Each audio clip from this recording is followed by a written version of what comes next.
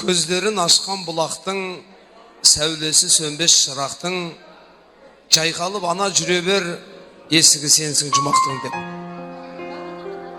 Бұл тілек не үшін айтылды?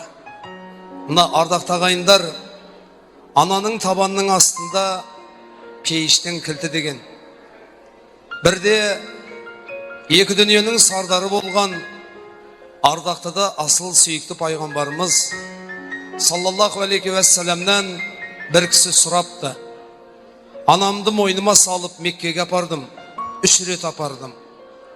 Амал шарттарын орындаттым, қарызынан құтылдым ба деп. Сонда пайғамбарымыз саллаллаху алейхи вассалам айтқан екен: сен анаңның сені бір түнде тұрып, бір рет емізгеннен де құтылған жоқсың деген екен. Менің айтпағым не? Сол кісі сонда сұраған екен: әке шешесінің қарызынан құтылатын бала бар ма деп. Сонда пайғамбарымыз саллаллаху алейхи вассалам бар депті. Ол кім дегенде, ол егер атанасы құлдыққа түсіп қалып, атанасын құлдықтан азат еткен бала әке шешесінің қарызынан құтылады деген екен.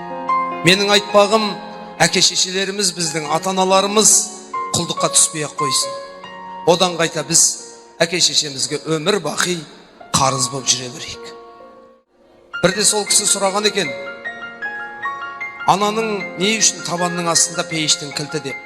Сонда пайғамбарымыз саллаллаху алейхи вассалам әр баланы ана өмірге алып келгенде өлімнің ащысын татады деген.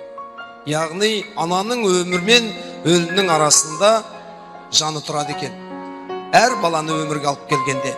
Мына аналарыңыз, әкелеріңіз сіздерді өмірге алып келді. Сіздердің қандай жақсылық жасасаңыздар да қарызынан құтылмайтын білеміз. Бірақ қазақта жақсы сөз бар: ата-анаңа не істесең, алдыңнан сол шығады дейді. Алла тағала сіздердің де міне тұрған өріп келе жатқан ұлдарыңыз, қыздарыңыз, сіздердің де тойларыңызды осылай жасап берсін.